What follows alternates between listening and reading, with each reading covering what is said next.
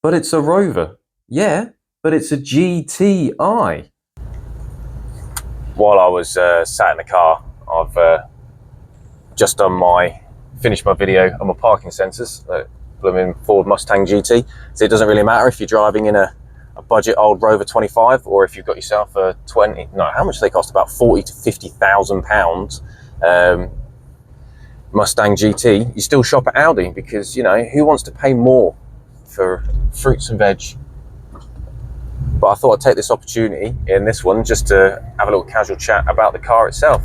So, as it's been at the moment, I'm sure you've seen in a previous video that I have had the, what have I had done? I've had the thermostat changed on it.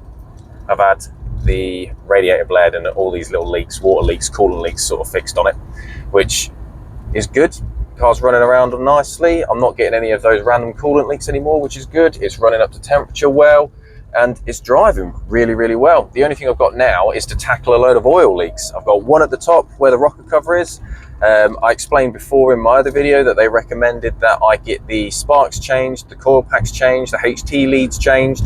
I need to swap out the rocker cover gasket, which will then involve me having to do a filter and oil change. Once I've done that, alongside with cleaning up and the engine itself, because it's quite oily, I then got to keep an eye on the middle section, because there's a good possibility that I could have an oil leak where the head is. They've also said that there's a good possibility that I've got an oil leak potentially where the sump is. The sump one's like a less drastic one to do, because it's just going to be exhaust off and then replace that like rubber gasket. If it's where the head is and the oil's escaping from there, then I guess that's when you need to get your head gasket done at the same time, which I believe this has already had it done. And because it's already had it done, then that means it's probably already been skimmed. And if it's already been skimmed, or there's any warping to it, then it's a new head or a new block, or, you know, there's all these little, I say little expensive elements to it. And then by the time you hit that point, you're probably thinking, oh, I've got to put a new engine in it. And I really, really like this car, but I don't want to be throwing thousands, potentially thousands, at a vehicle that's like that. So hopefully that's not the issue. However, with these 3 potential locations that it's leaking, or 1 guaranteed location that it's leaking, and then the other 2, it's not too bad, because within the 1,400, now 1,500 miles that I've driven in the vehicle, I've not had to top it up, really. So the oil leak, although it's messy, it's not enough for me to be like, oh, I need to be topping this up all the time. I'm not getting oil on the driveway or anything like that, which is quite good.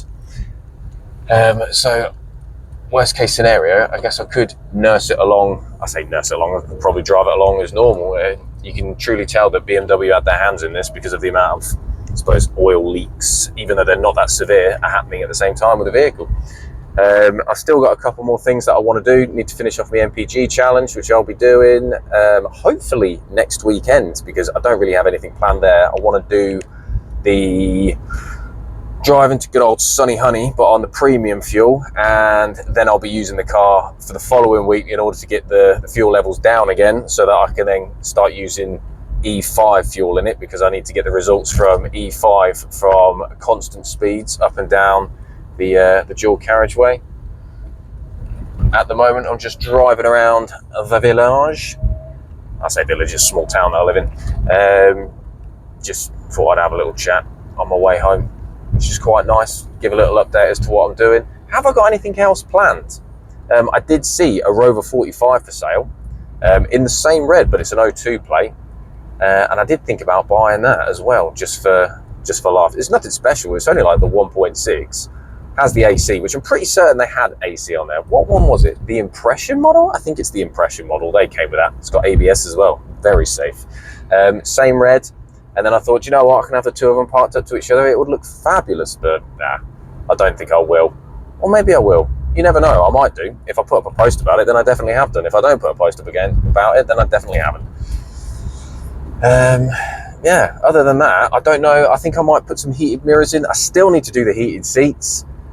I mean, now I've got quite a few things that I want to get done at the same time, and then it's rolling towards, well, as I'm recording this, we're in February. When you're watching this, it won't be February, because this will be coming out quite a bit later, because I'm quite far ahead.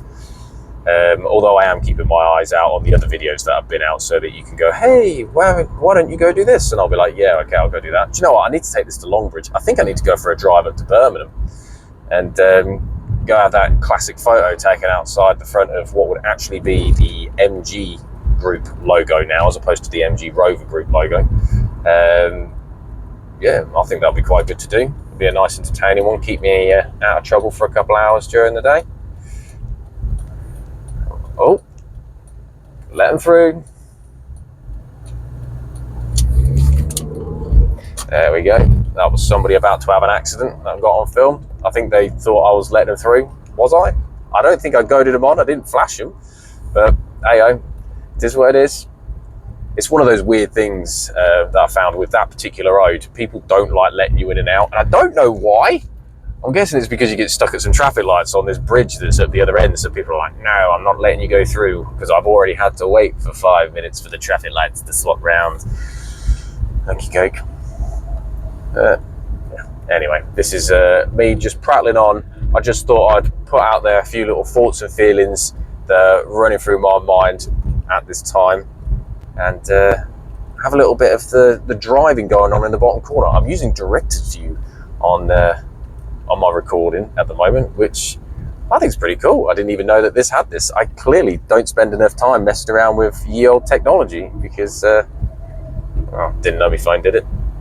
And I hope the sound quality is all right. In fact, that'll be good. If anybody's got any advice on what you think would be a good quality camera to use for these sort of driving along, talking about the vehicles, I'd really like to know, because I don't know what others use. I'm guessing it's things like GoPros and that, which I could always invest into one of them. I could have one set up by the exhaust, like what the professionals do.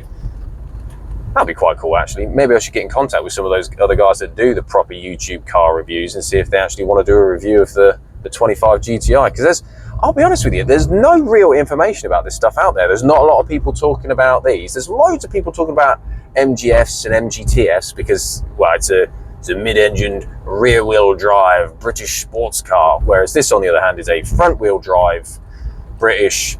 It'll do, like, I suppose I call it a hot hatch. Warm hatch, because or lukewarm hatch.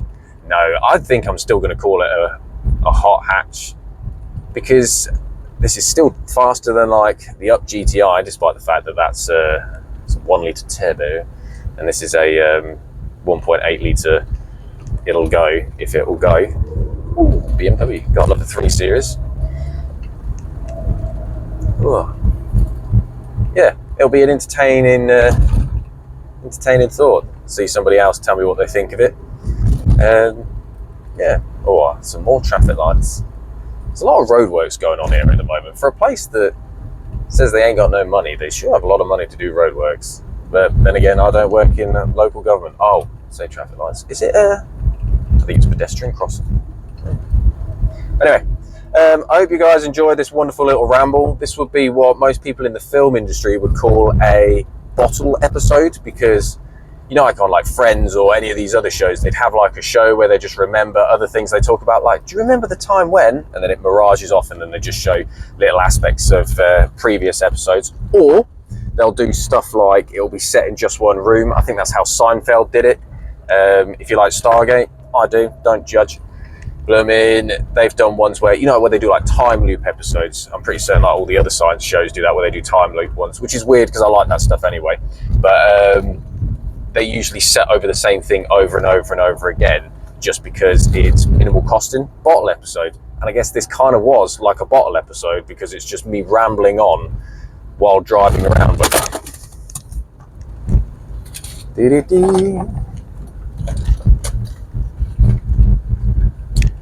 But it did end with a little bit of drama, because as I was driving along, my phone fell off the window.